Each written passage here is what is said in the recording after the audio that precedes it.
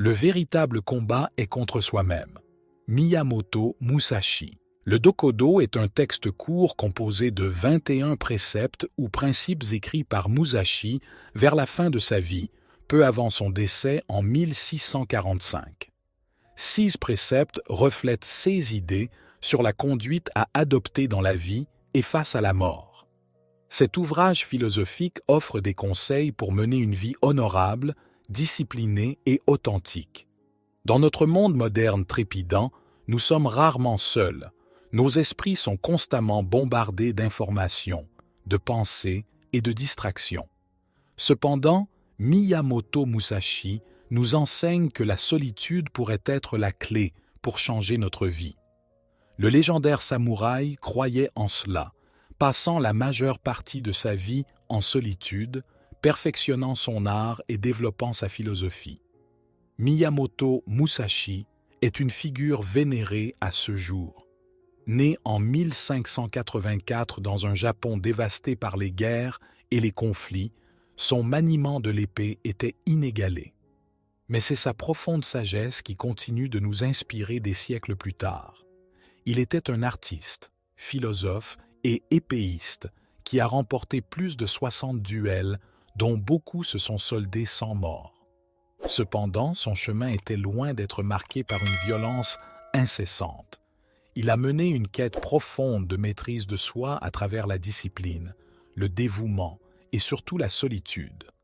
Pour Musashi, la solitude n'était pas une existence monastique éloignée de la société, mais plutôt un état d'esprit auto-imposé où le tumulte du monde extérieur était étouffé.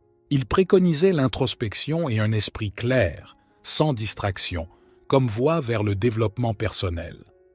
Cette compréhension était résumée dans son Dokodo, qui signifie littéralement « le chemin de la marche solitaire ». À travers ses préceptes, il offrait des conseils sur la vie sans peur, sans regret, ni distraction, et sur l'importance d'être fidèle à soi-même. Musashi a souligné la solitude non pas comme un moyen d'isolement, mais comme une voie vers la découverte de soi et l'amélioration personnelle. Il croyait que la solitude lui permettait de discipliner son esprit et son corps sans distraction, de perfectionner ses compétences et de se comprendre à un niveau plus profond. Dans le silence et la paix de la solitude, trouver la clarté, se libérer de l'influence et du jugement des autres était l'occasion d'apprendre, de grandir et de confronter ses propres forces et faiblesses, sans le bruit extérieur qui obscurcit souvent notre jugement et notre perception de soi. Il écrivait « Pensez superficiellement à vous-même et profondément au monde ». Il exhortait les gens à se tourner vers l'extérieur pour observer, apprendre et comprendre le monde qui les entoure, tout en gardant une humble conscience de soi. Il s'agissait de lâcher prise sur l'ego et de s'ouvrir aux vastes connaissances que le monde a à offrir. Cette humble conscience de soi, combinée à une compréhension profonde du monde, crée un formidable chemin vers le développement personnel et la croissance personnelle. Mais comment pouvons-nous appliquer ces anciens enseignements à nos vies modernes? Les leçons que Musashi a tirées de la solitude ne s'appliquent pas seulement à l'époque des samouraïs. Elles peuvent être incorporées dans nos vies aujourd'hui. L'une des leçons que Musashi nous enseigne est la valeur de l'autonomie. Il déclare « Ne cherchez pas le plaisir pour vous-même ». Cela nous rappelle que le bonheur éphémère issu d'une validation externe ou de possession matérielle ne conduit pas à une satisfaction durable. Au contraire, Musashi nous exhorte à trouver l'épanouissement en nous-mêmes, dans nos actions et dans notre croissance personnelle. Un autre point clé du Dokodo est le principe de ne pas se fier en aucune façon aux sentiments fugaces.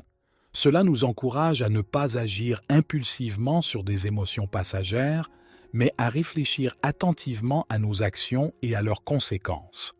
Nos décisions doivent être réfléchies, pleinement conscientes et indépendantes des sentiments passagers ou des influences extérieures.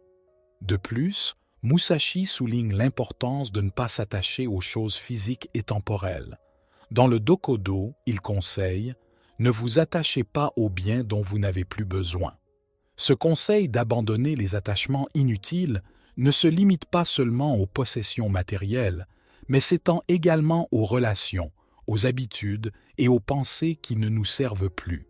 C'est une leçon sur la façon de libérer nos vies, à la fois physiquement et mentalement, en créant plus d'espace pour la croissance et la transformation. Dans un autre précepte, il déclare « Ne craignez pas la mort ». Ce n'est pas une invitation à l'insouciance, mais un encouragement à vivre pleinement et sans peur, sachant que la mort fait partie de la vie.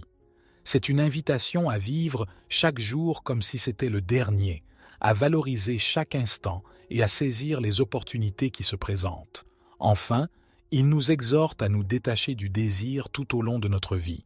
Cela nous apprend à nous libérer de la soif constante de plus, qui conduit souvent à l'insatisfaction et au malheur. Ce ne sont là que quelques-uns des principes que Musashi nous a laissés dans son Dokodo.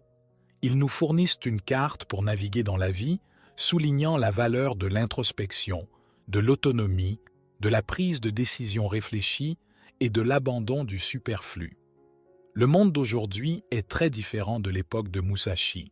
Nous sommes constamment connectés à la technologie, ce qui nous rassemble plus que jamais. Mais, comme l'a souligné Musashi, la solitude est inestimable pour la croissance personnelle et la conscience de soi. Alors, comment pouvons-nous mettre en œuvre les enseignements de Musashi sur la solitude dans notre monde interconnecté? Tout d'abord, nous pouvons pratiquer la solitude en réservant régulièrement du temps loin de l'agitation de la vie quotidienne. Cela peut se faire à travers des moments quotidiens de silence et de solitude, que ce soit par la méditation, des promenades dans la nature ou simplement en restant tranquillement dans sa chambre. Pendant ces moments, permettez-vous de penser, de réfléchir et d'être simplement. Deuxièmement, envisagez de pratiquer une désintoxication numérique en établissant des moments désignés chaque jour pour vous déconnecter de vos appareils. Cela vous donne l'espace nécessaire pour l'introspection et la paix intérieure, affirmant ainsi votre indépendance vis-à-vis des demandes constantes d'attention et créant un espace pour la solitude. Troisièmement, la solitude va au-delà de la séparation physique. Elle implique également une séparation mentale et émotionnelle, consistant à abandonner le besoin d'approbation, la volonté de se comparer aux autres et le désir de se conformer. Il s'agit d'apprendre à rester ferme dans nos croyances et nos décisions, même si elles vont à l'encontre de la foule. Enfin, faites de la solitude une priorité. Traitez-la comme un élément essentiel de votre routine de soins personnels, quelque chose de non négociable. Ne la voyez pas comme un luxe, mais comme une nécessité pour la croissance personnelle et la conscience de soi. Le monde est peut-être différent de l'époque de Musashi, mais les leçons qu'il a apprises dans la solitude sont intemporelles. En incorporant ces principes dans nos vies, nous apprenons non seulement à être seuls, mais aussi à prospérer dans la solitude, à trouver la paix et la plénitude en nous-mêmes pour faire face aux défis. Accepter la solitude n'est pas toujours facile. Cela va souvent à l'encontre de nos instincts de connexion et d'interaction sociale. Nous pouvons même craindre la solitude en l'associant à l'isolement ou à l'abandon.